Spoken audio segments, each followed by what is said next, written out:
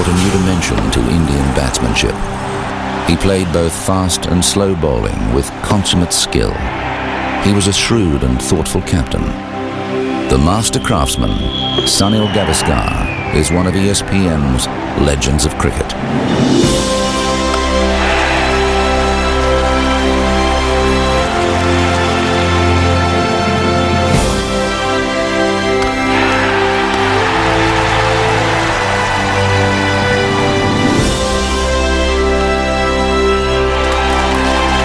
His 200 super innings. The Oval, 1979.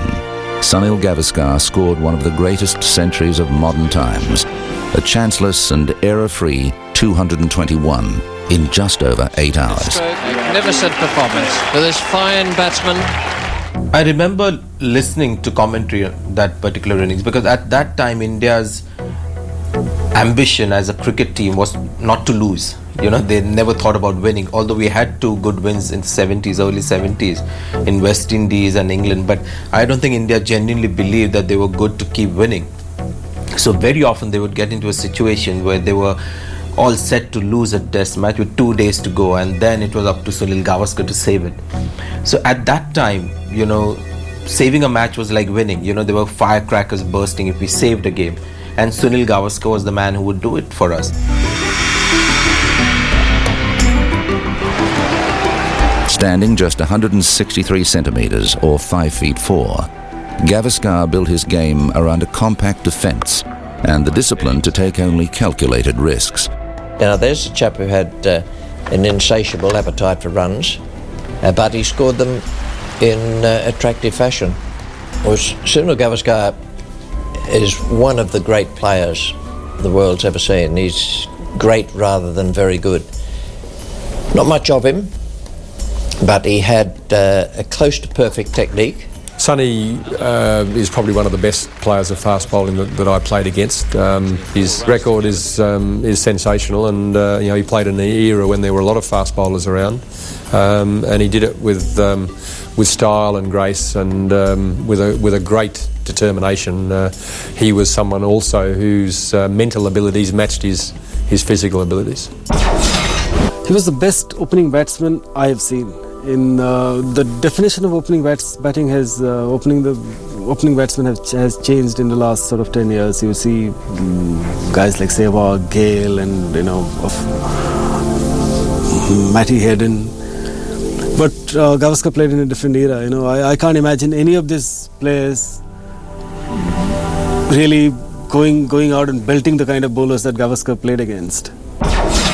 I think he was technically very sound. He would, smell the ball when he was playing, and coming from an opening batsman, the way he used to play the ball close to the body, you can't expect anything more from an opening batsman, and I think that is one reason why he was a great player. For my generation, Sunil Gavaskar showed that you could be an Indian batsman, go out and play the fastest bowlers in the world and score runs against them. It was a huge inspiration, and I think it told a generation of batsmen to follow that if you're Indian, you can still play fast bowling. Gavaskar's captaincy showed the same determination with which he opened the batting. He was an inspiration and role model to younger players in the side. For me, what stood out about Sunny was he was a fantastic role model, and that was tremendously comforting to the dressing room. It was just that kind of an individual. He was mentally very strong. He was that positive in his mindset that he knew that it was just a matter of time. If he could see the first half an hour or so through, he could get a big score. Sunil Gavaskar, during that era was the perfect opening batsman that you would have. Great defense, tremendous patience, played the ball late. But little did people realize that here was a small man with huge ambitions on the cricket field, and somebody who never took a backward step. India was lacking self-confidence in world cricket. They had this complex that they were just not good enough, as good as the English or the Australians or the West Indians. Sunil Gavaskar on his own, led by example, and it wasn't hard to get the others to follow him.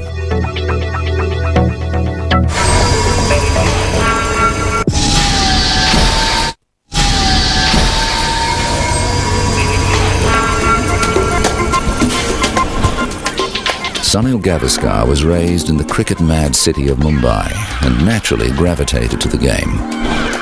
I think it was easy in Mumbai because Mumbai is a cricket-mad city. So it was easy for a youngster to pick up a bat and play cricket. Also, the fact that my maternal uncle, my mother's elder brother, Madhav Mantri, played for India in a few test matches. He went to England in 1952 and to Pakistan in 1955. So that was an inspiration as well to take up to the game of cricket. My early heroes were M.L. Jaisima. From Hyderabad in India. Then Conrad Hunt, I watched a lot of his batting. I wanted to bat like him. He had this straightest of backlifts and he had such terrific balance. Then of course there were the heroes then kept on changing according to the teams that came to India that time. So if it was the Australian team that came in 1959-60, then Norman O'Neill was my hero. In 1960 when Pakistan came, Hanif Mohammad was my hero then. But I admired their cricket, loved to watch them play. Gavaskar honed his batting skills and developed his technique from an early age. I did get a lot of help from a lot of people, but I think the one major difference to my career was the coaching by T.S. Worthington at the All India Schools Camp, which was held in Hyderabad. He overhauled my technique completely. I was a front-on player, and in the 1 month that I had with him, which was an All India camp, he made me go sideways on, and he told me why sideways on is so important in cricket. So I think his was a real major contribution.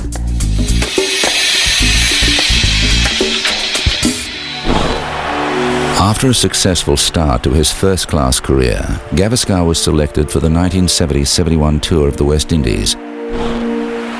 He produced the most prolific debut series by a batsman in history, scoring 774 runs at an average of 154.8. 1971 he came to the West Indies, and this little fella comes out and you can't get him out.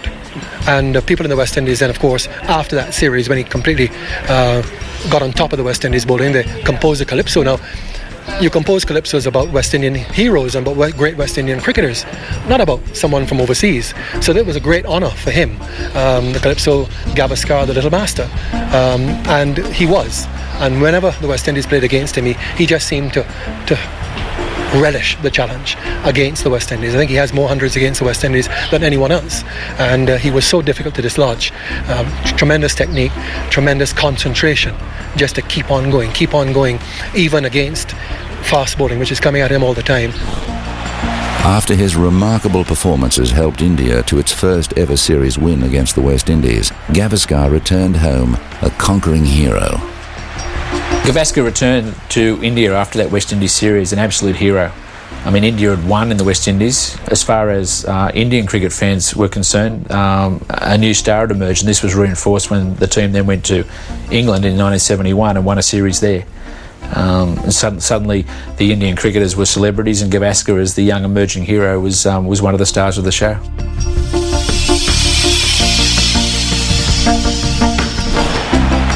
If he'd become a hero at home, Gavaskar had yet to win universal acclaim overseas. After his impressive debut series, he struggled for a few years. Then in April 1976, Sunil Gavaskar played a pivotal role in a famous Indian victory. The West Indies had set the Indians 403 to win the third test at Port of Spain. Gavaskar made 102, and India won by 6 wickets. He is technically brilliant. I've never seen anybody as, rarely you see a batsman as balanced. Very little was out of place. I've never seen somebody defend so beautifully. I could watch Gavaskar defending all day. I wouldn't say that about a lot of players. And so there was a precision about his batting, about everything that he did. After becoming the first Indian batsman to score 4,000 test runs, Gavaskar embarked on his third tour of England in 1979. In the fourth and final test at the Oval, Gavaskar scored his brilliant 221, almost snatching a remarkable victory for India. I remember that day like it was yesterday. I remember the game perfectly well. I was 18 years old and I was playing a little game of my own, and by the time we got back it was about lunchtime, and I remember telling someone there, why can't we chase these runs? Maybe we can. And as it turned out, we did. If you have people like Sunil Gavaskar in your team, you can really chase a target of 400 in the second innings, which is kind of impossible in Test match cricket because of the wear and tear on the pitch. It's very, very difficult. But the concentration this man had, he could score any kinds of runs in any kind of conditions. And I think this is why this was the second time he went close to the target of 400. Got 100 in the first one, got 221 in the second.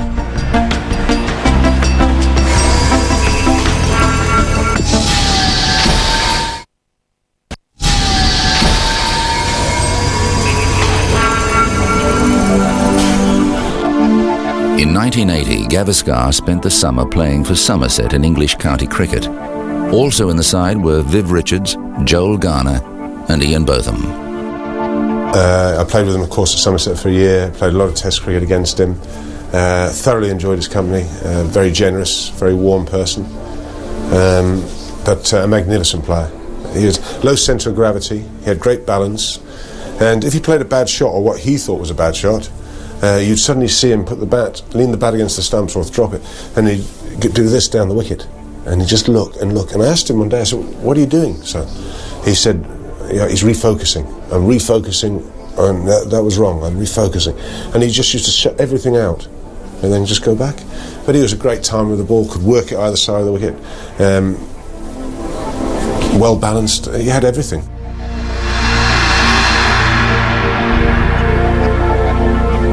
Will he make it 9,000? There it is, that's his 9,000th run. In the 80s, Gavaskar rewrote record after record. He became the first man to play 100 tests and 200 innings, and the first man to pass 9,000 and then 10,000 test runs.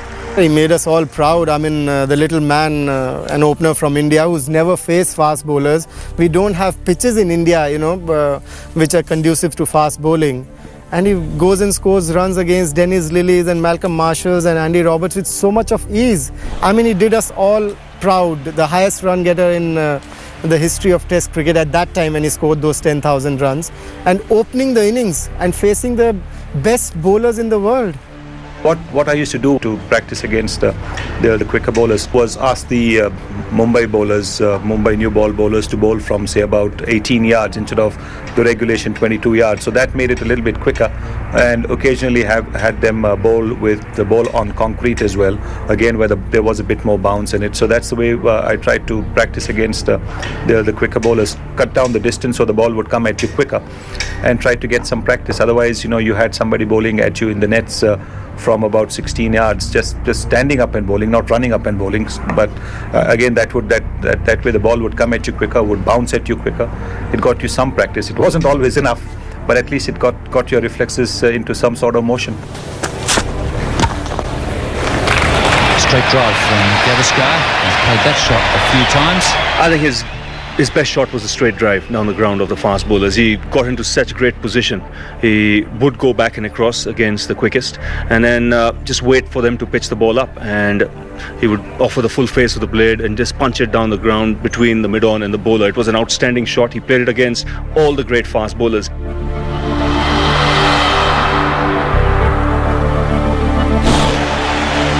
After winning the 1983 World Cup, Indian hopes were high for the home series against the West Indians in the 1983-84 season. It was a series in which the Indian side struggled against the devastating Caribbean pace attack, all except Gavaskar.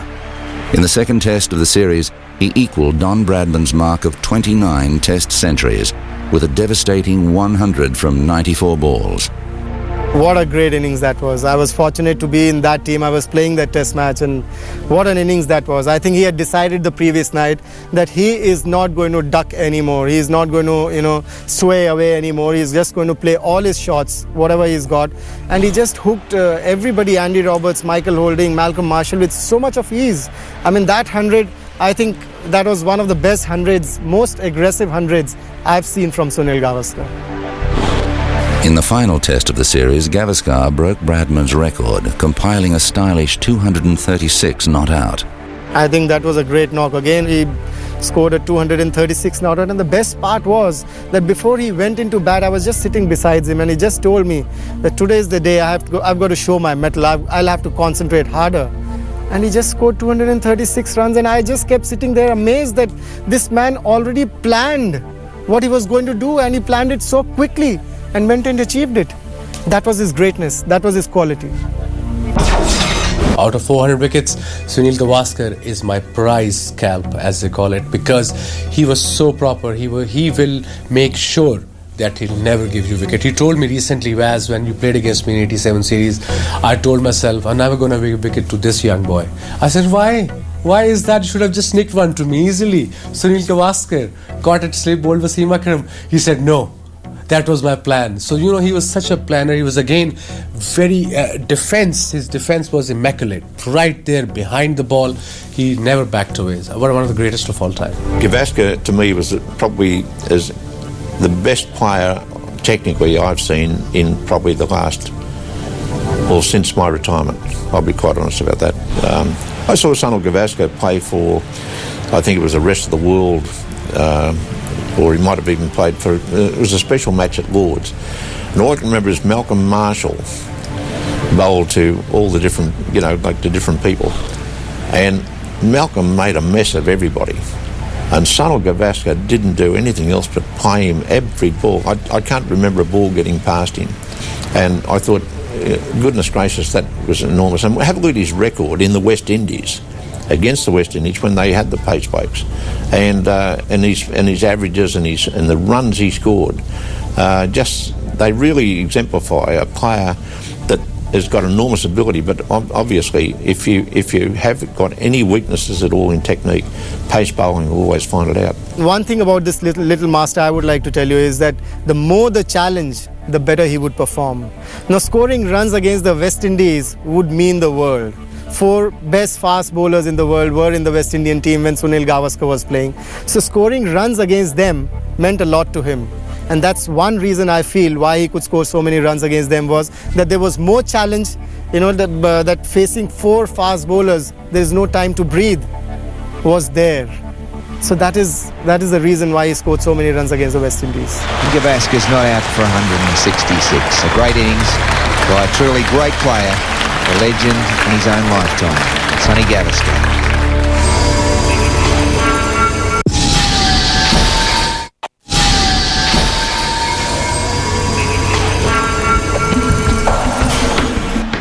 In the final years of his career, Gavaskar's appetite for runs was as insatiable as ever. In cricket's second ever tied test in 1986, he made 90 in the second innings to set the scene for the dramatic final hour. Gavaskar's contribution to the second tied test in Madras in 1986 was colossal, in that coming into the last day, Australia led by 347 at stumps, and Alan Border made the decision to declare and set India 348 to win. A lot of runs to score on the 5th day of a test, and India then made the decision to go after those runs, and Gavaskar came out and scored 90 and built the platform. It's one of those situations where if Gavaskar hadn't come out and played that innings and set that platform, the tied test would never have occurred. India failed to make the finals of the 1987 World Cup, and Gavaskar retired.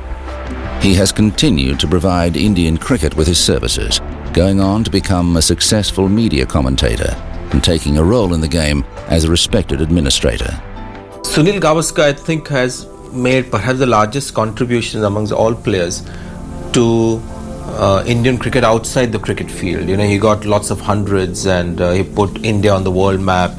He was the first to get to 10,000 and all that. But he was also very conscious about how Indian cricket was being run. So he had this constant conflict with the cricket boards. Gavaskar left behind a legacy that was to lay the platform for the great Indian batsmen who would follow. His correctness of technique, his determination, and his consistency changed the way Indian cricket was perceived at home and abroad. When Sunil Gavaskar came into the Indian team and started scoring runs against the West Indies, before that everybody used to say that Indians are not very good against the quicker stuff, and they can't score runs as consistently as other batsmen in the world. But I think Sunil Gavaskar showed it to the world that there are Indians who can really face fast bowling very well. And after that we had quite a few. G.R. Vishwanath, Dilip Vengsarkar, Mohinder Amarnath, Shrikant, Ravi Shastri. I think everybody faced fast bowling brilliantly. It was just that somebody had to show the way. And I think it was Sunil Gavaskar who showed our batsmen how to face fast bowling. Sunil Gavaskar, I think, was a very interesting character, very fiery character when he wanted to be, and his, I think, sole mission in the game was to lead India and be the self-respecting Indian who wouldn't take a backward step. And that is what he expected from the players. One of the things that he did very well was to score a lot of runs against the best team in the world at his time. That I suppose marks out a truly great player. He scored 1300 against West Indies, which is, mind boggles when you think about 1300 against those guys without a helmet. Of course, he didn't wear a helmet because he had the option of wearing a helmet later in his life, but he chose not to because he was comfortable the way he was. And nobody watched the ball so closely and carefully. That's why he never got hit on the head. Sunil Gavaskar played in 125 test matches. He made 10,122 runs at an average of 51.12. He was the first man to make 10,000 test runs, the first to make 30 centuries, the first to play 100 tests, and the first Indian to take 100 catches. Going purely by numbers, going by the fact that he propped up India's batting for virtually the entire period that he was around, it was only towards the end of his career when the Vengsarkars and the Azharuddins really came into their own as cricketers that he had support. Otherwise, it was just him and Vishwanath. So given the fact that he was carrying a country's batting, and therefore, as you know, in India, carrying really a country's aspirations with him, I think he goes way beyond the numbers he's generated, which are outstanding in any case. He showed it that as Indians you can go out there and compete with the very best, and his individual success was an inspiration for all the others to find some kind of confidence in world cricket.